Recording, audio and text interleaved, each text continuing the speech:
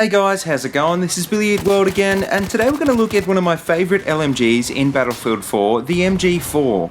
The MG4 is the last unlock in the support tree, so it may take you some time to unlock this weapon, but in the end it's well worth the slog. The MG4 is actually almost identical to the M249, which is unlocked through the single player campaign. If you've already completed the single player campaign, then you may already have the M249, but if not, without giving away too many spoilers, you may have to go back and reconsider a decision that you've made somewhere towards the end of the game. Even though this review is specifically about the MG4, all the points and recommendations I make in this review are also relevant to the M249, because they're almost the same gun in terms of stats. Now, as you guys may already know, I'm usually an assault or a recon player, so I don't spend a lot of time using the LMGs. The MG4 is one of the best all-round LMGs, however, so it's a perfect go-to weapon for a player like me. While I was capturing this footage, I was actually able to go on quite a few long kill streaks, but to be honest, I probably could have done a lot better if I wasn't playing like an assault player. In this video, as well as explaining how to use this weapon, I'm also going to try and help you guys avoid making some of the mistakes I was making.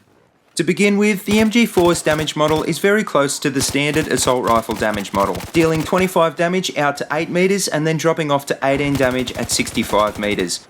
Most assault rifles' minimum damage kicks in at 55 meters, so the MG4 gives you that little bit extra punch at mid to long range.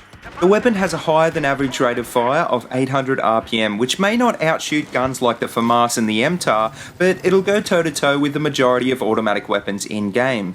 The MG4 also has a very high muzzle velocity of 620 meters per second, which means hitting moving targets will be much less difficult. The main benefit of the MG4 though is its 200 round capacity, which is more than enough ammo to chew through a good chunk of the enemy team without reloading. This high capacity is unfortunately balanced by a very slow reload. The MG4 has a reload time of 6.2 seconds, and because the MG4 is a belt-fed LMG, there isn't actually a tactical reload time for this weapon. So it doesn't matter how many rounds you have in the chamber, it's always going to take 6.2 seconds. Fortunately, because you have 200 rounds to spare, you shouldn't have to go through this animation too often. But just bear in mind though that if you're normally an AR or a carbine user and you instinctively hit the reload button after every fight, you may need to train yourself out of this habit when using the LMGs. This is something I struggled with a lot, and it killed me unnecessarily way too many times. The other issue with the LMG weapons is that they aren't terribly accurate either, especially while on the move. The MG4 has a standing ADS spread of 0.3, which is slightly more than the average assault rifle, but about the same as most carbines. This spread blows out to 2 when moving though, and 5 when hip firing. This means that you'll need to stop and pop to be effective, which is also going to make you a much easier target and slow down your tempo when advancing. The key to countering this is to use cover and concealment effectively, and to stick with squad mates so that they can cover you when you're trying to take out a target. The MG4 also has a decent kick up and to the right, which combined with its average accuracy can make taking out long range targets just a little bit more difficult than with an AR. So where does the MG4 perform best, and what attachments work well with this gun? Well, it's probably best to think of the MG4 as a big assault rifle. It's got a comparable rate of fire and damage model to the ACE-23 or the L85A2, but it's just not as mobile. What you won't be able to do with the MG4 is rush in blindly and expect to take out a whole team in close quarters, but what you will be able to do that an AR can't is sustain fire on a target.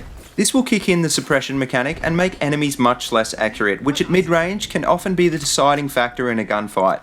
The support class is called the support class because it's given weapons and equipment to support the team. Leave the assaulting to the assault players and hang back a little bit more and use your weapons and gadgets where they're designed to be used.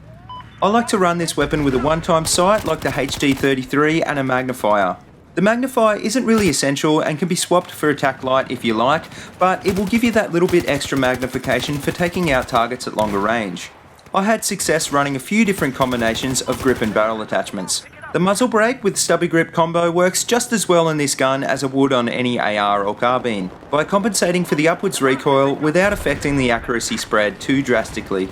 For a more long range approach, the bipod and flash hider are also decent choices.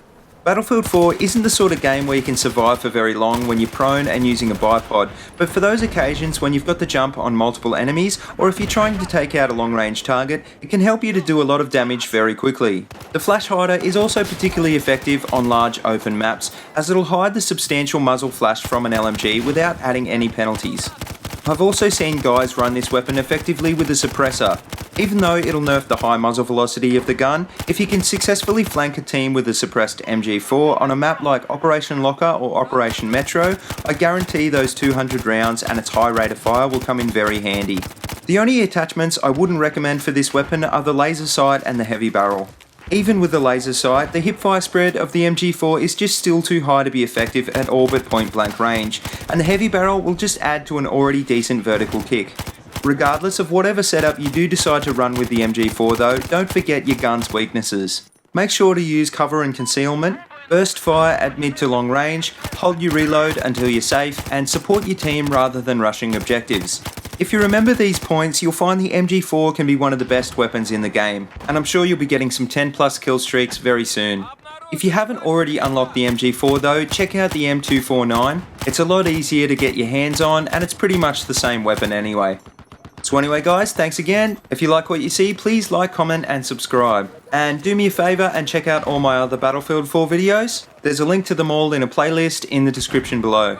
If you'd like me to look at a specific weapon in an upcoming video, or if you have any other suggestions about what you'd like to see on this channel, feel free to leave me a comment and I'll see what I can do. But until next time guys, see you later and have a good one.